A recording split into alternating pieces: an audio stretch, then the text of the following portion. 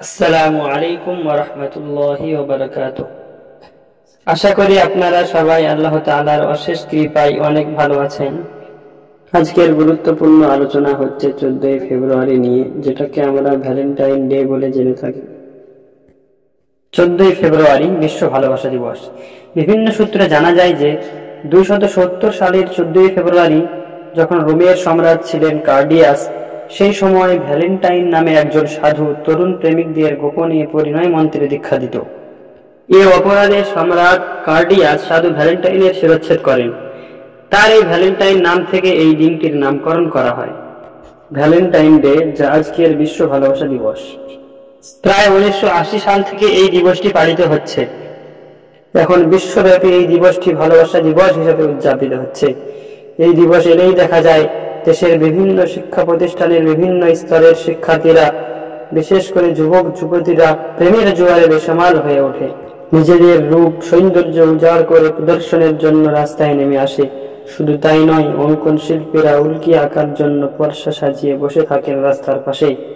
তারপর রাত পর্যন্ত নীরবে নির্ভীদে প্রেমিক প্রেমিকার খোঁজ গল্প, অসামাজিকতা, অনৈতিকতা, অশ্লীলতা, বেহায়াপনা, নগ্নতা, অবশেষে কখনো কখনো অবৈধ শারীরিক সম্পর্ক ও ধর্ষণ। এটাই হলো বিশ্ব ভালোবাসা দিবসের বাস্তব চিত্র। তাহলে বিশ্ব ভালোবাসা দিবসের মর্যাদা রইল কোথায়? ভালোবাসা শব্দটি পবিত্র। ভালোবাসা এমন এক অনুভূতি যা মানুষের মনের গহীনে প্রবাহমান থাকে। ভালোবাসা সব মাখলুকাতের মধ্যে রয়েছে। পরস্পরের মধ্যে প্রীতি স্থাপনের জন্য আল্লাহ তাআলা প্রতিটি প্রাণীর মধ্যে ভালোবাসা তৈরি করে দিয়েছেন। ভালোবাসার কারণেই শ্রদ্ধাময়ী মা গর্ভে সন্তান ধারণ করেন। পিতা কঠোর পরিশ্রম করে সন্তানকে গড়ে তোলার চেষ্টা করেন। ভালোবাসা দিবসের নামে ইসলাম বহির্ভূত নির্লজ্জ দিবস উদযাপন ইসলামে নিষেধ। বিবাহের আগে তরুণ তরুণীর পরস্পর দেখা সাক্ষাৎ, কথাবার্তা, মেলামেশা, প্রেম ভালোবাসা ইসলাম ধর্মে সম্পূর্ণভাবে নিষিদ্ধ। কোরআন হাদিসের দৃষ্টিতে ভালোবাসা কেবল বিয়ের পরেই। বিয়ের পর স্বামী স্ত্রীর মধ্যে যে ভালোবাসা সৃষ্টি হয়, এর মধ্যে অনেক সওয়াব ও কল্যাণ রয়েছে। অশ্লীলতা নোংরামিতে ভরপুর বিশ্ব ভালোবাসা দিবস উদযাপনের নামে এমন বেহায়াপনা কর্মকাণ্ড কখনো ইসলাম সমর্থন করে না। শরীয়ত গর্হিত অশ্লীল বিনোদন উদযাপন করা ইসলামে মহাপাপ। কাজেই এসব অপসংস্কৃতি থেকে আমাদের দূরে থাকতে হবে।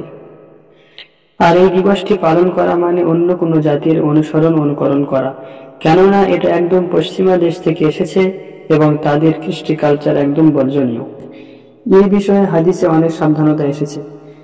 আব্দুল্লাহ বিন আব্বাস রাদিয়াল্লাহু তাআলা আনহু থেকে একটি হাদিস বর্ণিত হয়েছে, যে নবী করিম সাল্লাল্লাহু আলাইহি সাল্লাম ইরশাদ করেছেন, আব্দুল্লাহ বিন ওমর রাদিয়াল্লাহু আনহুমা আন নবী সাল্লাল্লাহু আলাইহি ওয়াসাল্লাম قال মান তাশাব্বাহা বিকওমিন ফাহুয়া মিনহুম। হাদিসটির সারমর্ম হলো এই, যে ব্যক্তি কোনো কওম বা গোষ্ঠীর অনুসরণ ও অনুকরণ করবে, সে সেই গোষ্ঠী বা কওমের মধ্যে গণ্য হবে। আল্লাহ তাআলা মুসলিম উম্মাহকে এই সমস্ত অপকর্ম থেকে বিরত রাখুক। আমিন।